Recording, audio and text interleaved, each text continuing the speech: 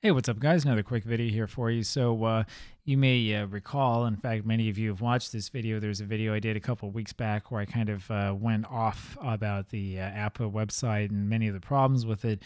Well, I'm kind of an equal opportunity critic, and we're going to talk a little bit about the Strat-O-Matic website today and some of the problems that Strat-O-Matic's had. Now, before we get into this, I do want to make it clear that Strat-O-Matic has done a very, very good job in terms, in general, of making sure that it has some kind of social media presence, right?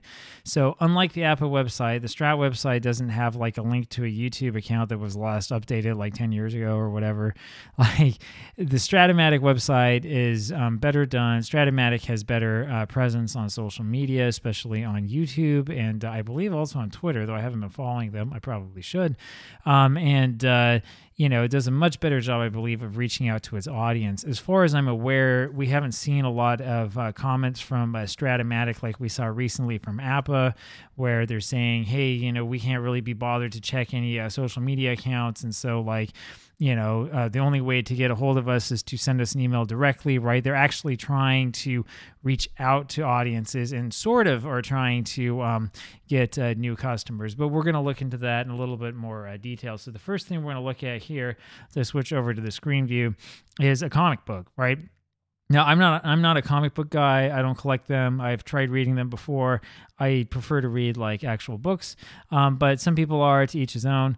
This is a copy of the Avengers King Size from 1967. And the only reason why we're looking at this is not to enjoy all of this and reading about the, you know, awful alliteration and all this other stuff that they have here. Now we're going to scroll here through this comic book. Looks just like a comic book that you'd be used to from like the 80s, 70s, or in this case, the 60s. And then we come across this page. And here we see a advertisement for Strat-O-Matic. Now, there were more advertisements like this in old comic books, but unfortunately, as I've been trying to look through old books, I noticed that a lot of the scans kind of leave the ads out. Now, if I were a comic book fan, I would definitely be thankful for that, but as somebody who wants to find old baseball advertisements, I kind of wish that I had more of this because I think this is really cool.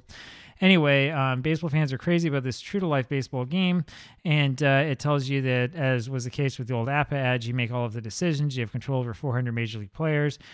Players have truly individual qualities. They have slumps, they go into hot streaks, and so on and so forth. And here is where all the fans rave about Strat-O-Matic and how easy it is.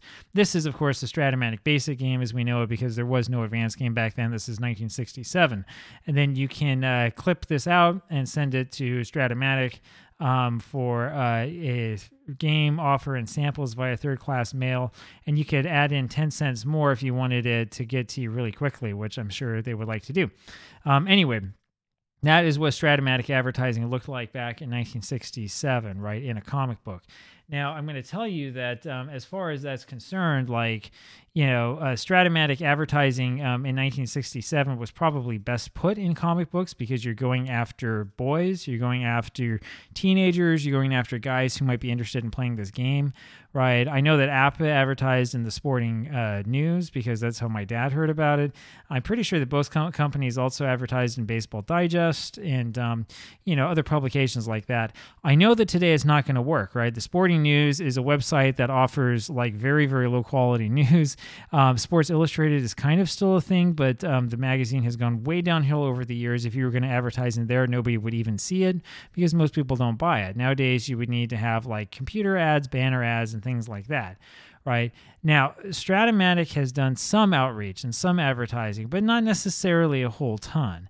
I do know from what other people have told me that, for example, for the 2020 season that wasn't played, there was something that Strat-O-Matic did to replay the 2020 season, which is a really good idea, right? Strat-O-Matic, I know in 1981 during the strike did something very similar. In fact, they had it so that I think it was in Cleveland that the announcer, you know, recreated an entire game and did play-by-play for a game over the radio that was a game of Strat-O-Matic, right? That's the sort of thing that you need to do. And I know the Strat's not the only game doing that.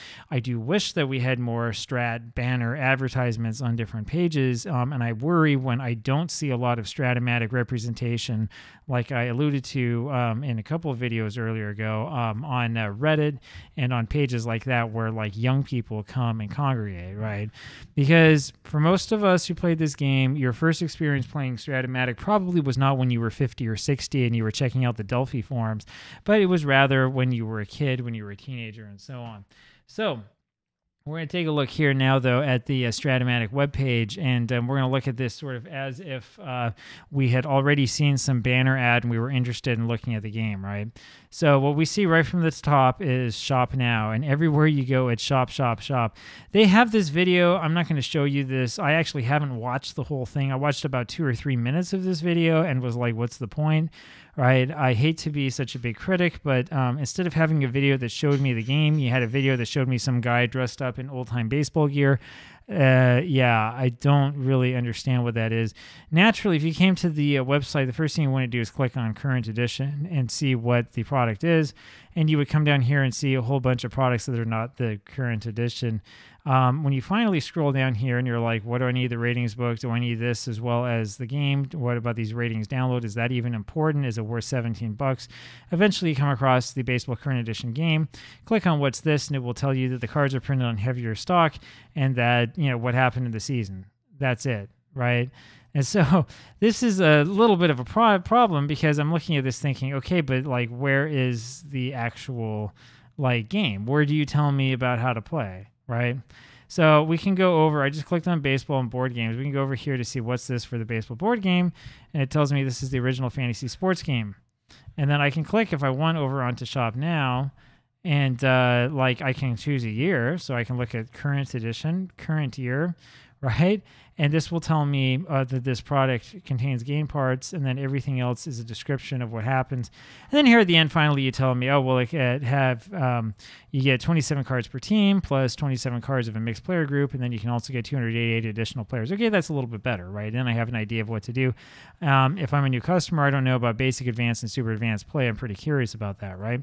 Where do I find out about this on the website? That's a great question. Where? I don't know. I went over here. I took a look here at baseball. No, that's the thing that we just looked at. Like, I can look into like rating guides. Maybe that will tell me something, but no, I know that will just tell me this thing that I was looking at before. I mean, maybe you need that, maybe you don't. Who knows? If you're a new customer, I don't know, right? You can go to Power Purchasing, but that's just, you know, a different version of their online store. I mean, and then here we go, how to play. So you go how to play board games, right? We want to figure out how to play. How can you introduce this to me? And here we have 4 paragraphs on how to play. First one tells you, oh, you roll the dice in this game. Good job. And then you find the result on the player card. First die tells you which one to consult, batter or pitcher card, and which column to select. And then the 2 other die are added to locate the result in the correct columns. And then we have kind of a very, very general description of how to play. And then everything else is telling me about how it has unmatched play value. You can play a game in less than 30 minutes. It's not really unmatched, right? Because almost all baseball board games can be played in under 30 minutes. So that's not really true. Anyway, this is a problem, right? Because this is the only page on the entire website in which it tells you how to actually play Strat-O-Matic. But we can go over here, and like the only other choice that we have is how to play digital games, right? And what we see here is that a single keystroke commands most offensive strategy. I mean, like, so I haven't actually played the Strat-O-Matic computer game. I have watched what people have said about it on YouTube. I have read quite a bit about it. I know that it's much more complex than this. You know, it would be nice to have like a screenshot at some point in time or give people like an idea of what's happening. There's nothing. It's just 5 paragraphs, and it's really, really basic. In fact, the football game contains more information on like how actual play flow works, right? This is a concern. Now, as we did with APBA, we'll show you what the old Strat-O-Matic brochure that you could send in would look like. So this is also from the Strat website in their digital museum, where they're talking about baseball in the 1970s. As you can see here, there's a much, much better description of exactly what happens in the game. And this description includes, look at this, so look at 2 different player cards. Here we have Joe Morgan and we have Louis Tion. And guess what? These are players who played against each other in the World Series in 1975, right? Imagine that. Oh, and that's the season that we're talking about here, right? I mean, that's like the most obvious thing to do. If you're trying to teach people how to play the game, get players that they've heard of, and we'll put them in together, and then we can explain to them how the dice are rolled. This is the die that gives you in this column. That is the one that gets you in that column. Oh, we can look here too at Pete Rose and Bill Lee, so 2 other players that people at that time would have absolutely heard of. And then we can also look at the advanced game, and this will tell you the advanced game and how this works, right? this is better. Now, the thing, again, as I said about APBA, the thing that really, really drives me nuts here is, why isn't this part of the game's website? I mean, it seems obvious to me that with a website, you could do so much more with this. You could even make this interactive. You could let people have a very close look at things and see exactly how it flows, right?